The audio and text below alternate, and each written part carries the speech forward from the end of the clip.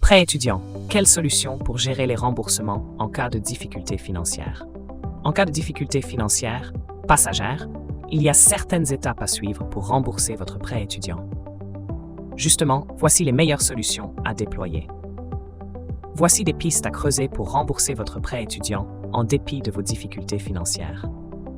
De nos jours, la souscription d'un prêt étudiant est souvent inéluctable. Il s'agit d'une solution de financement accessible et adaptée aux étudiants souhaitant faire des études supérieures. En cas de difficultés financières, il faut adopter une tactique gagnante pour éviter les problèmes avec votre banquier. L'objectif ici est de réduire la charge financière sans pour autant vous détourner de vos engagements. Parmi les pistes à creuser, il y a le recours à des outils de simulation en ligne. Souvent gratuits, ces derniers permettent d'accéder à différentes solutions de remboursement ad hoc.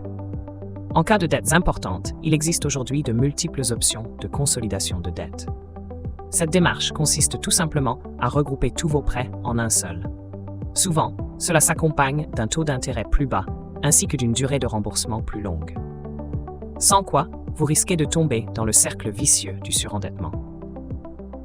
En dernier recours, renégociez les modalités initiales de votre prêt étudiant.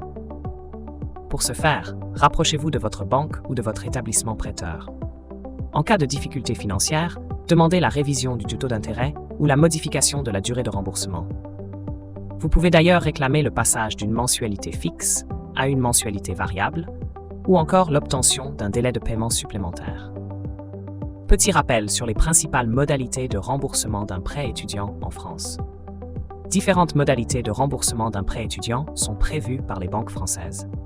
En principe, celles-ci peuvent être scindées en deux catégories bien distinctes. La franchise partielle et la franchise totale.